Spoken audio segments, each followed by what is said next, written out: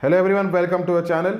आज एक सबसे बड़े क्वेश्चन के बारे में हम डिस्कस करेंगे जो हर एक इन्वेस्टर हमेशा सोच में रहता है कि क्या ये राइट टाइम इन्वेस्ट करने के लिए है या फिर और कुछ हद तक रुकना चाहिए। 10% मार्केट को फॉल होने देना चाहिए या फिर 15% मार्केट को फॉल होने देना चाहिए या फिर करेक्शन इसमें ड्यू है और फिर करेक्शन आने के बाद में हम इन्वेस्ट करेंगे।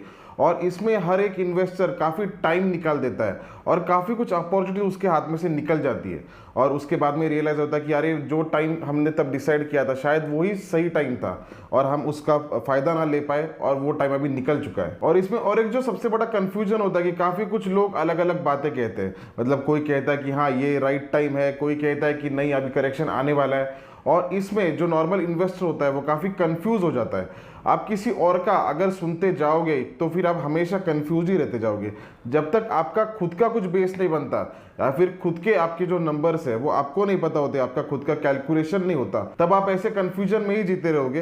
क्योंकि हमेशा कोई ना कोई अलग कुछ चीज़ें बताएगा और उसमें फिर आप उसका सुनोगे। आप अभी आज इस वीडियो में मेरा सुनोगे, बाद में किसी और का सुनोगे, उसके बाद किसी और का सुनोगे और उसमें डिसीजन लेने को आपको हमेशा टाइम बनेगा। अभी हम इस वीडियो में ऐसी कुछ चीज़ें डिस्कस करेंगे जिसमें आपको वो सोर्सेज मिल जाएगा कि आप खुद कैलकुलेट कर पाओगे, आप खुद समझ पाओगे कि मार्केट एक्चुअली ओवरबॉट है या फिर नहीं है। तो ऐसे कुछ टूल्स जो मार्केट में अवेलेबल है वो मैं सारी चीज़ें आपके साथ डिस्कस करूंगा और आपको समझाने की कोशिश करूंगा जिसमें से आप खुद के ऊपर डिपेंडेंट रहोगे और खुद आपका डिसीजन बना पाओगे। और सबसे जो पहली बात जो है, हमने ये ऑल टाइम हाई को ये छोड़ देना चाहिए। ऑल टाइम हाई के बारे में हमेशा हम सोचते रहते हैं कि मार्केट ऑल टाइम हाई पर है, तो ऑल टाइम हाई पर रहा तो एक सोच होती है कि अभी इसमें यहाँ से गिरने वाला है। लेकिन अभी तक सैकड़ों बार ऐसा हुआ है कि मार्केट उनके ऑल टाइम हाई पर हुए। ऑल टाइम हाई पर पहुँचते पहुँचते ही मार्केट अभी इतना ऊपर पहुँच गया। तो देखो, ऑल टाइम हाई से जज नहीं कर सकते, ऑल टाइम हाई इसके पहले भी थे और आगे भी आने वाले। जरूरी कौन सी चीज है? जरूरी ये चीज है कि जितना मार्केट बढ़ा है तो एक्चुअल उतने क्या कंपनीज ने ग्रो किया है, तो वो हमें देखना है। ओवरबॉट या फिर ओवरसोल्ड मतलब क्या होता है कि मान लीजिए एक आधे कंपनी की या फिर मार्केट की वैल्यूएशन उतनी नहीं है और लेकिन मार्केट उससे डबल अगर बढ़ चुका है, मतलब बढ़ना चाहिए था 10% तक और अगर बढ़ चुका है 20% तक, मतलब उसका ये अर्थ है कि 10% वो ओवर ज़्यादा बढ़ चुका है और वहाँ तक फिर उसमें डर रहेगा कि 10% कभी भी गिर सकता है। तो वो उसके ऊपर हमारा ध्यान रहना चाहिए कि वो हमें कैलकुलेट करना है कि मार्केट की वैल्यू क्या है और उसके हिसाब से उसमें मार्केट में ग्रोथ कितनी हुई है। अभी ये जो चार्ट है आपके सामने, ये प्रॉफिट्स का चार्ट है, प्रॉफिट्स का, और उसके साथ में मार्केट कैप का चार्ट है। मतलब प्रॉफिट्स कितने बड़े और उसके कंपैरिजन में मार्केट कैप कितना बड़ा है। अभी निफ्टी में अगर देखा जाए तो निफ्टी में जो कैगर था, मतलब कंपाउंडिंग एनुअल ग्रोथ रेट, वो 18% का रहा है और उसके कंपैरिजन में अगर मार्केट कैप देखा तो मार्केट कैप कितना बड़ा है, तो वो एग्जैक्टली 18% तक बढ़ा है। तो इसमें हम ये कैसे कह सकते हैं कि मार्केट महंगा या फिर मार्केट बहुत ज़्यादा बढ़ चुका है और यहाँ से फॉल आ सकता है, मार्केट इतना बढ़ना नहीं चाहिए था।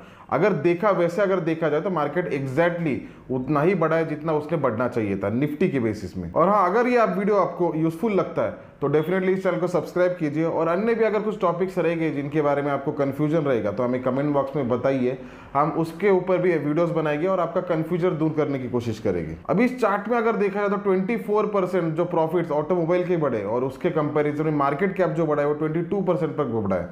मतलब ऑलमोस्ट सेम ही मार्केट कैप उसका बढ़ा है। कुछ जो इंडाइसेस है उसमें काफी बड़ा डिफरेंस है। मतलब जैसे कि BFSI अगर देखा जाए तो BFSI में करीबन 36% की ग्रोथ है और उसके हिसाब से मार्केट में वो सिर्फ 15% तक ही बढ़ा है। मतलब काफ़ी कम उसमें ग्रोथ हुई है मार्केट कैप में।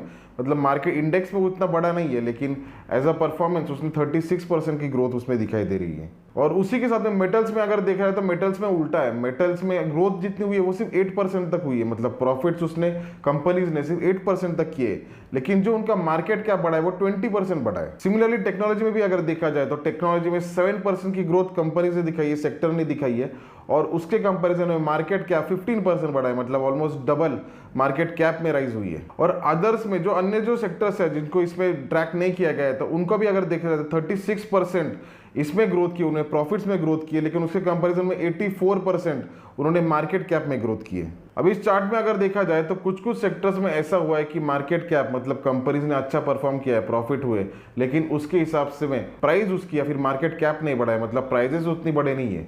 और कुछ इसमें ऐसा सिचुएशन में ऐसा हुआ है कि एक्चुअली कंपनी ने उतने परफॉर्म नहीं किए लेकिन इंडेक्स में वो ज़्यादा बढ़े, जैसे मेटल्स हो गया, टेक्नोलॉजी हो गया। तो ये सारी चीज़ें डिफरेंसेस है।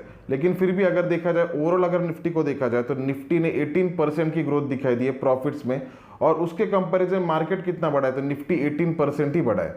तो कुछ भी डिफरेंस नहीं है उसमें। तो इस सिचुएशन में ऐसा नहीं लगता कि ओवरबॉट है या फिर बहुत महंगा मार्केट है, तो कैलकुलेशन अगर देखा जाए तो एग्जैक्टली सिमिलर है। तो किसी मार्केट में अगर खुद को आपको अगर एनालाइज करना है कि एक्चुअली मार्केट क्या सच्चाई में ये जो लोग कह रहे हैं उतना है या फिर नहीं है, तो उसमें बेसिकली आप किसी को सुनने की ज़रूरत नहीं, आप आपके कैलकुलेशन कर सकते हो कि निफ्टी के जो सेक्टर्स है उन्होंने कितनी ग्रोथ की है या फिर कितने प्रॉफिट्स किए, और उसके कंपैरिजन में निफ्टी बढ़ा कितना है। मतलब निफ्टी अगर एक साल में 10% बढ़ा है तो निफ्टी की क्या कंपनीज ने या सेक्टर्स ने उतनी ग्रोथ की है?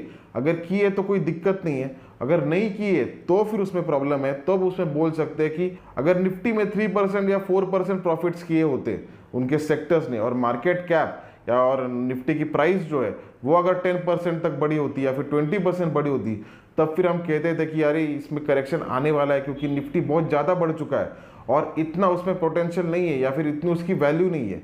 वैसी बात अभी नहीं है। तो हमेशा हमें ढूंढना क्या चाहिए कि वैल्यू कितनी है और उसकी प्राइस कितनी है। अगर उसके वैल्यू के हिसाब से अगर उसकी प्राइस भी बढ़ी है तो उसमें कुछ दिक्कत नहीं दिखाई देती। अगर वैल्यू के हिसाब से प्राइस नहीं बढ़ी होगी तो फिर उसमें कुछ हद तक हमें प्रॉब्लम्स दिखाई दे सकते हैं। और ये सारे फैक्टर्स हैं जिनको आप एनालाइज करके देख सकते हो, आपके खुद के लिए आपका एक डिसीजन ले सकते हो कि क्या एक्चुअली मार्केट्स ओवरबॉट है या फिर नहीं है, या फिर कैसी सिचुएशंस मार्केट में है। तो और उसमें से आप आपका डिसीजन ले सकते हो और उसमें आपको काफ़ी हेल्प हो सकती है। आई होप ये वीडियो आपके लिए बेनिफिशियल रहे, और अन्य अगर कुछ डाउट्स आपके लिए आते हैं तो आप कमेंट बॉक्स में हमें ज़रूर शेयर कीजिए, हम उस पर भी वीडियो बनाने की कोशिश करेंगे। धन्यवाद।